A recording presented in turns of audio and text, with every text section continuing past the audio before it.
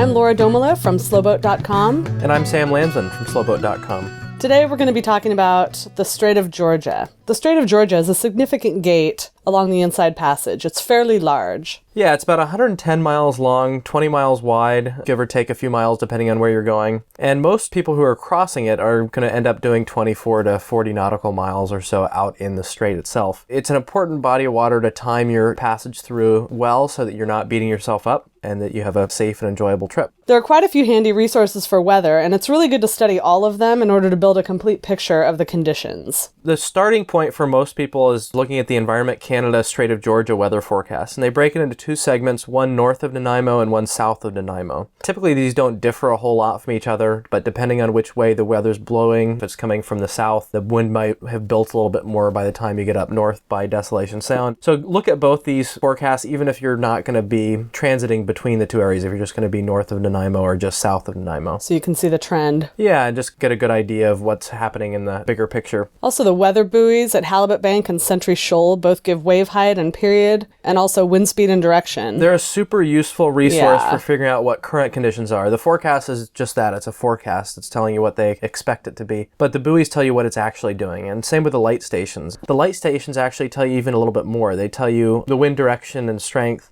And they also tell you the lightkeeper's observation, which I find super useful. It's somebody looking out and making a qualitative assessment of wave height and condition. Typically, you don't get much swell in the Strait of Georgia, but you'll hear 1 foot chop, 2 foot chop, 3 foot moderate. By 3 foot moderate, most pleasure boats are thinking that it's a bumpy day at best, and by the time it's 4 and 5 foot, then you really should probably be tied to the dock.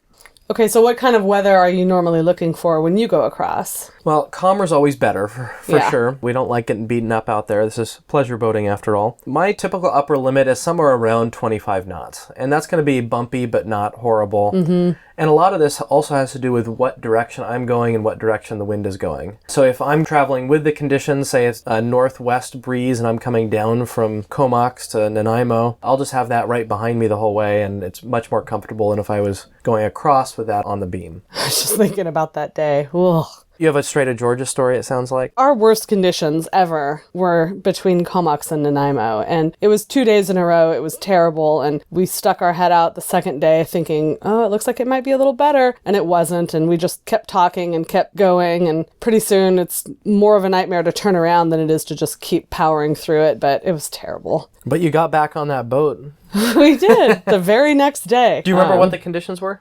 I think the waves were probably 4 to 7 feet, and the wind was about 30 knots, and it was quartering, and it was just super blammy. Water pummeling the windows for hours. Not the most fun. Not at all. So you should have picked a better day. We should have, but we had a little bit of that needed to get back kind of thing. Not dangerously so, but just uncomfortably so. Mm-hmm. The other thing that really impacts conditions in the Strait of Georgia is the current. And it's kind of a neat situation because towards the north end of the Strait of Georgia, a place called Middle Natch Island, which is just south of Desolation Sound. Mm-hmm. We actually stopped and anchored there on our way south this time. It's a cool little nature spot to stop if the conditions are calm. So here it is on the map, and from the Middle Natch Island south, the flood runs north and the ebb runs south. But north of Middle Natch Island is opposite. The flood runs south and the ebb runs north, and so the currents converge around Vancouver Island right about at Middle Natch Island. And that's why the water is so warm in Desolation Sound in the summer, because there's not much net exchange of water. The tide goes up and down, but in that particular space, it just kind of stays still. So where can people get accurate information about the tides and currents, mostly the currents for the Strait of Georgia? The Canadian Hydrographic Service Current Atlas is super useful. It has about 50 pages of the same map with different arrows in it, illustrating different current schemes, kind of different phases of the flood and the ebb. And you buy a pamphlet that goes with this every year that will give you what page to look at for a specific hour on a specific day. So you can see, okay, it's 2 o'clock on July 8th, and I'm trying to get from Nanaimo over to Pender Harbor, and you can see what kind of currents visually you're going to be working with. And for some people, that visual reference like that is super helpful. Mm-hmm. And if you're looking more for a specific book that'll give you times of high tide and low tide, ports and passes, and specific currents for areas, Ports and Passes is my favorite book. It's about $20. It covers all of the coastline from Olympia up to Glacier Bay, Alaska, and it's adjusted for daylight savings time. It's in an easy use format, so that would be my choice of tide book. Okay, so now let's talk a minute about the naval test range, Whiskey Gulf. What is Whiskey Gulf and how do we avoid it? Whiskey Gulf is a naval test range for the Canadian and U.S. navies, and it's right in the middle of the strait where you'd want to go, say if you drew a line from Nanaimo to Pender Harbor, a pretty popular pleasure boat route. Here, we'll show an area on this map that's very rough, but it'll give you an idea where it is. Yeah, your normal route across from Nanaimo to Pender Harbor would put you right across the closed Whiskey Gulf area, and it's important to note that it's not always closed.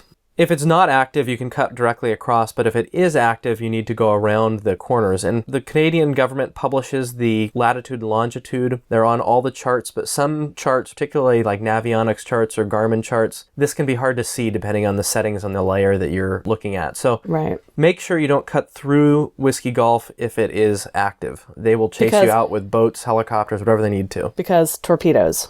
Yes. They are told these torpedoes are not armed. However, I don't want to find out. Right. So how do you find out if it's active? The easiest way is to either listen to the continuous marine broadcast, and that's going to be on one of the weather channels, depending on where you are. I just switch the VHF to the weather function and arrow through until I find the channel that's working best. The other options you have are to call the Canadian Coast Guard. Please, please, please do not do this on channel 16. You can call them on channel 83 Alpha, and you can talk to them directly. That's the non-emergency channel, and you won't get in anybody's way. Or you can call Winchell Control. That's the group that actually runs operations in the test range. They monitor VHF channel 10, so you can call them and you can get the status of Whiskey Gulf. And so if it's active, you find out it's active and you need to reroute or change your plan a little bit, what's the best way to go? The best way to go is looking at your chart so you can see where the zone is that you can't go into. And the easiest way, if you're heading up to, say, the Sunshine Coast, most people will simply stay east of the range. And you'll keep it to your port side as you're heading north, and you'll be on the east side of it. If you're heading up towards Comox or Campbell River, then you're going to probably want to stay on the Vancouver Island side. And then the key is just to stay within 1,000 yards of the eastern shore of Winchelsea Island and the Bolinas Islands. And that way you'll be clear of the test range. That's what we've done, I think, the last 2 times we've transited, and it's fairly easy to avoid. Mm-hmm. So a lot of the people that are crossing the strait are heading north. They're heading up to Princess Louise Inlet or Desolation Sound or somewhere further north. A lot of people ask about just running straight up the strait. They might be in a rush and they don't want to mosey through the Gulf Islands. And it's a good option, but only if the weather is good. The islands are so much better protected. If you can save a little bit of time by going right up the Strait of Georgia, but it tends to, unless it's calm, be time savings at the cost of the quality of that time. So I would advise people only run straight up the strait if they are really in a rush or the weather is exceptionally good. Okay. So when you're traveling north from the Gulf Islands, what spots do you like to leave from? Kind of the logical spots are Nanaimo and Silva Bay. Those are popular. Both have good marinas and plenty of places to stay. You can get fuel and water and other supplies you might need. So then where do you typically stop first once you leave from Nanaimo or Silva Bay? So if I'm heading out from Nanaimo or Silva Bay, I'll normally go to Pender Harbor. That's makes for a good day's run. It's about 30, 35 miles across, depending on if Whiskey Gulf is active or if you tack it all to get more comfortable conditions. Right. We've left Nanaimo and just gone straight to land. Yeah, that ends up being a bit of a longer day, but it's still very much doable. But when the conditions are calm, I always feel like, let's go.